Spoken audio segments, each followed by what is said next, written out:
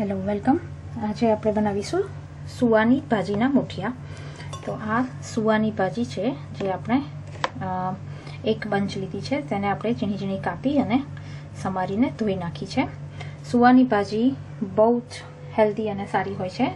Pregnancy વુમનને પણ સુવાની ભાજી ખાવામાં બહુ સારી હોય છે.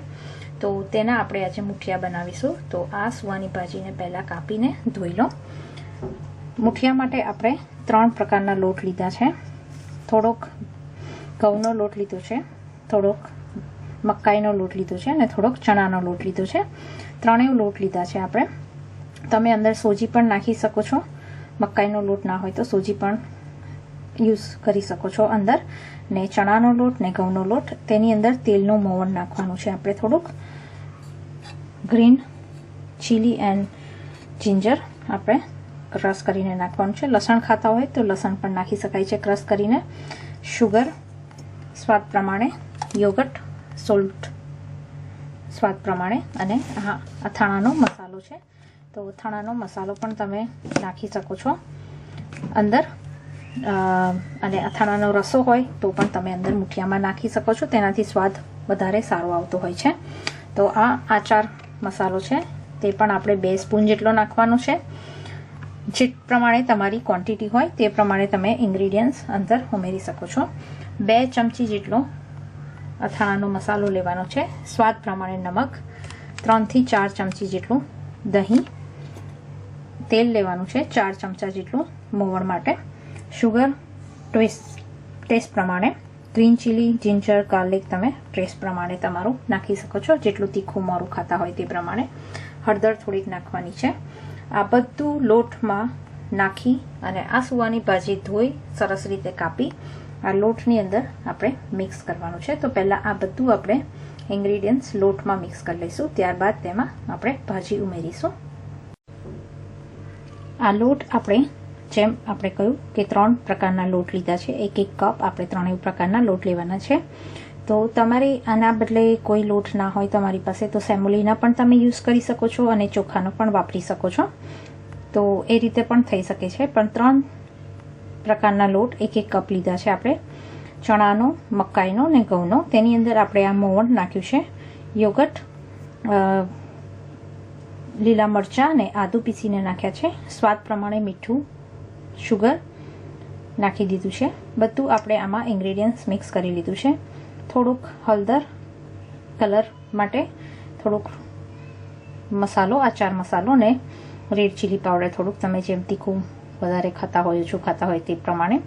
અને આ સુવાની ભાજીના જે મુઠિયા છે તે ડિલિવરી પછી વુમનને તમે બનાવીને આપી શકો છો. તો બહુ જ સરસ લાગે છે, કારણ કે સુવાની ભાજી ઇઝ વેરી હેલ્ધી. તો પ્રેગ્નન્સી વુમનો માટે તો બહુ જ સારું હેલ્ધી આ મુઠિયા છે. એટલે ડિલિવરી પછી તમે આ મુઠિયા વુમન માટે બનાવીને આપો તો તેમને બહુ જ સરસ ભાવતા હોય છે. કારણ કે ઘણા લોકો સુવાનું પાણી પીતા હોય છે ને સુવાની ભાજી ખાતા હોય છે એ રીતે. પણ એક વસ્તુ ખાઈને કંટાળો આવે તો તમે એની રીતે દરેક અલગ અલગ વેરાયટી આવી રીતે બનાવીને આપી શકો છો. તો બહુ જ સરસ અને સ્વાદિષ્ટ લાગે છે ખાવામાં પણ. તો આ ભાજી પણ આપણે અંદર મૂકી દીધી છે અને જોઈતા પ્રમાણમાં પાણી નાખી અને આપણે મુઠિયાનો લોટ બાંધી લઈશું. આ રીતે તમે લોટ પાણીવાળા હાથ કરી અને બંને હાથેથી રાઉન્ડ રાઉન્ડ કરીને આવી રીતે મુઠિયા તમે તૈયાર કરી લો. તમારી સાઇઝ પ્રમાણે તમારે થોડાક મોટા મૂકતા હોય કે નાના, જેવી તમારી એ હોય તે પ્રમાણે આવા સરખા લંબગોળ મુઠિયા બનાવી દેવાના છે. 2 હાથમાં લઈ અને પાણીવાળા હાથ કરીને સરખી રીતે બનાવી લેવાના છે.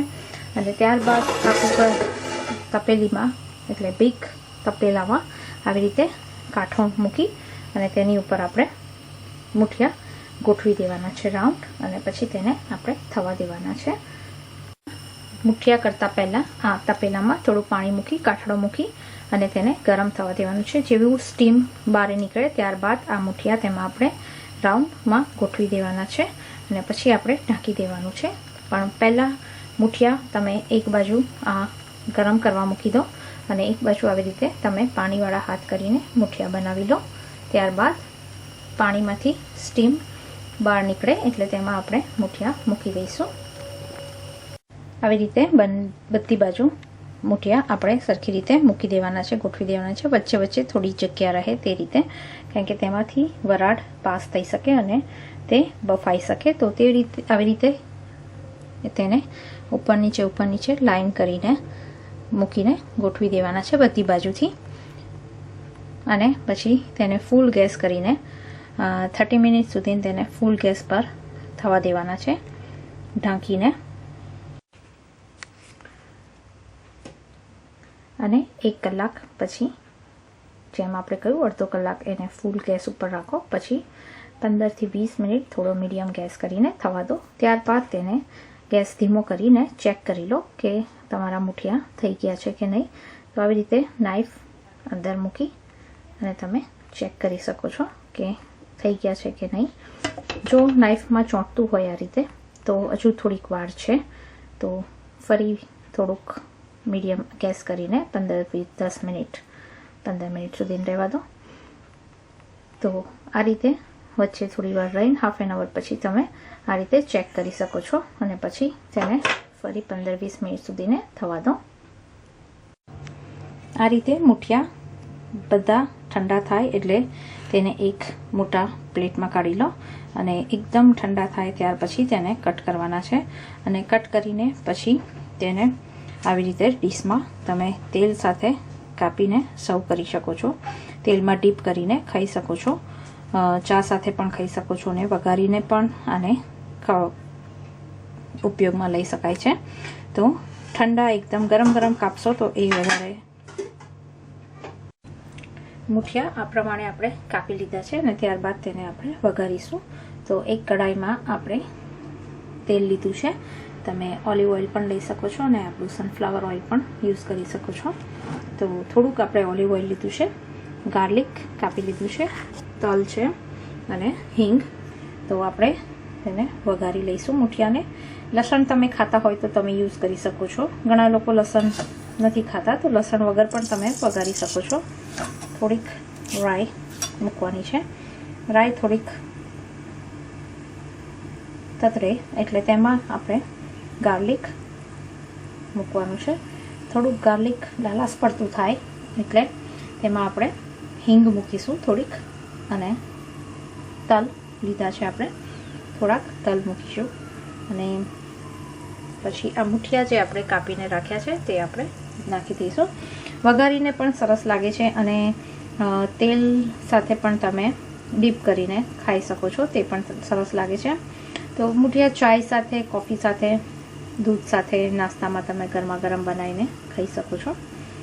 તો ટેસ્ટ પણ એનો સરસ લાગતો હોય છે.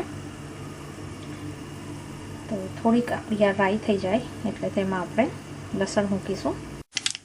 થોડો ફ્રાયનો અવાજ આવે એટલે તેમાં આપણે ગાર્લિક મૂકી દેવાનું છે. ગાર્લિક થોડુંક થઈ જાય એટલે તેમાં પિંચ ઓફ હિંગ નાખવાની છે. મીડિયમ ગેસ કરી દેવાનો અને તેમાં થોડા તલ નાખવાના છે. લીંબડી પણ તમે નાખી શકો છો.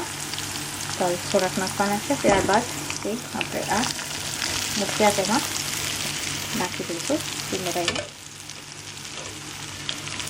અને પછી તેને આપણે મિક્સ કરી દેવાના છે. થોડા ઉપર નીચે કરી લો મૂઠિયાને સરખી રીતે.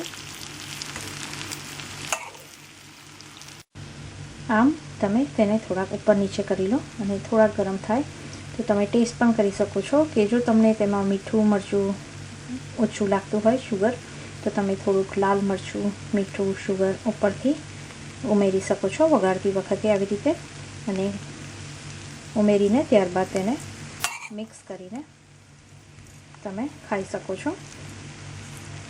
તો આ આવી રીતે આપણે તમે વઘારીને તે પણ ગરમા ગરમ ડીશમાં તમે સર્વ કરી શકો છો, ચાય કોફી સાથે કે એમનેમ પણ ખાઈ શકો છો નાસ્તામાં. આ બહુ જ સરસ સુવાના ભાજીના મૂઠિયા લાગતા હોય છે. તો તમે જરૂર બનાવો, ટ્રાય કરો. Thank you very much.